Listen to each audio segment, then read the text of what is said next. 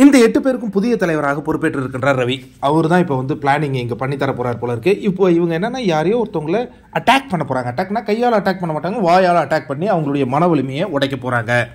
இப்போ இவங்க சூஸ் பண்ணியிருக்கிற நபர், அதாவது ரவி வந்து ஒப்புதல் வாக்குமூலம் அளிக்கிறார்.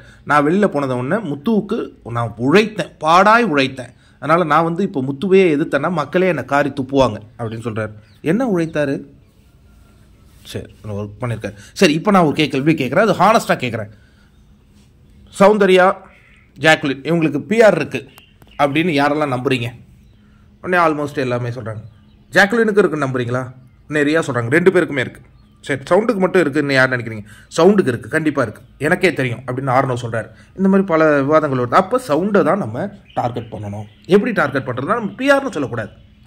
ஆனால் அந்த வார்த்தையை சுற்றி சுற்றி விட்டு அந்த பொண்ணின் மன வலிமையை நம்ம உடைக்கணும்.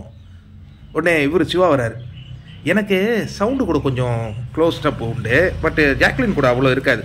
டிக்கெட் டு ஃபினாலேயில் ரயானுக்கு அந்த பொண்ணு தப்பு செஞ்சதா அப்படி நான் பேசவா? உனக்கு என்னமோ ஒரு திட்டாங்க போல இருக்கு. இன்றைக்கி கொஞ்சம் இன்ட்ரெஸ்டிங்காக இருக்குமோ? அடப்பாவில உங்களை பார்த்தா எனக்கு காமெடியாக தான் வருது. பட் இருந்தாலும் ரவி தலைமையில் நீங்கள் மீட்டிங் போட்டிருக்கீங்களா, அதனால் சொதப்ப தான் போகிறீங்க.